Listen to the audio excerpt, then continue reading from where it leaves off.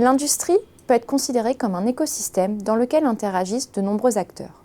Les entreprises en premier lieu, mais également les pouvoirs publics, les acteurs bancaires, les syndicats ou encore les consommateurs. Si des éléments macroéconomiques sont souvent avancés pour expliquer la désindustrialisation, comme le coût du travail, la composition du tissu productif français ou encore la productivité, le rôle des acteurs est plus rarement étudié. Ainsi, au-delà des facteurs macroéconomiques, il est pertinent de comprendre le rôle des acteurs publics et privés dans la désindustrialisation. Premièrement, il est possible d'observer une évolution du discours politique à l'encontre de l'industrie. Elle est passée d'un rôle central en faveur de la préservation de la souveraineté de la nation à un secteur jugé ringard. Cette évolution du discours s'est produite dans le contexte de la construction européenne, mais également du développement d'accords de libre-échange à la fin des années 1980. Néanmoins, depuis la crise de 2008, la question industrielle revient dans les débats publics sans pour autant qu'émerge une vision claire du rôle de l'industrie.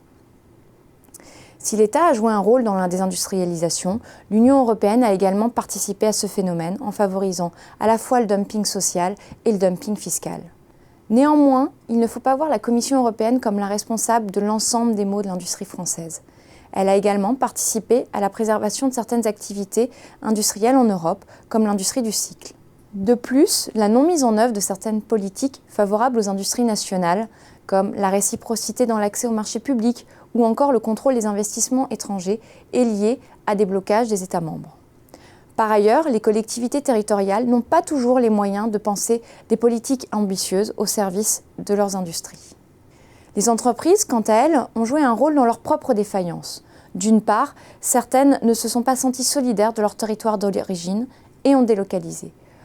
D'autre part, il existe de nombreuses erreurs de gestion et parfois un manque de vision stratégique qui ont pu participer à la fermeture de nombreuses usines. Autre problème majeur, les entreprises françaises ont investi mais pas suffisamment dans l'outil productif et dans l'innovation. Le sous-investissement a conduit à une faible adaptation de l'outil productif à l'évolution de la demande. En outre, l'innovation technologique ou non technologique est un facteur de différenciation. La France peine à traduire ses innovations en produits répondant aux attentes du marché. Cette situation est certainement liée aux faibles échanges entre les entreprises et les universités. Par ailleurs, les banques et les investisseurs sont parfois frileux et n'irriguent pas assez l'économie réelle. Or, les entreprises ont besoin d'un important soutien financier, notamment en période de développement ou en période de crise, ce qu'elles peinent souvent à trouver.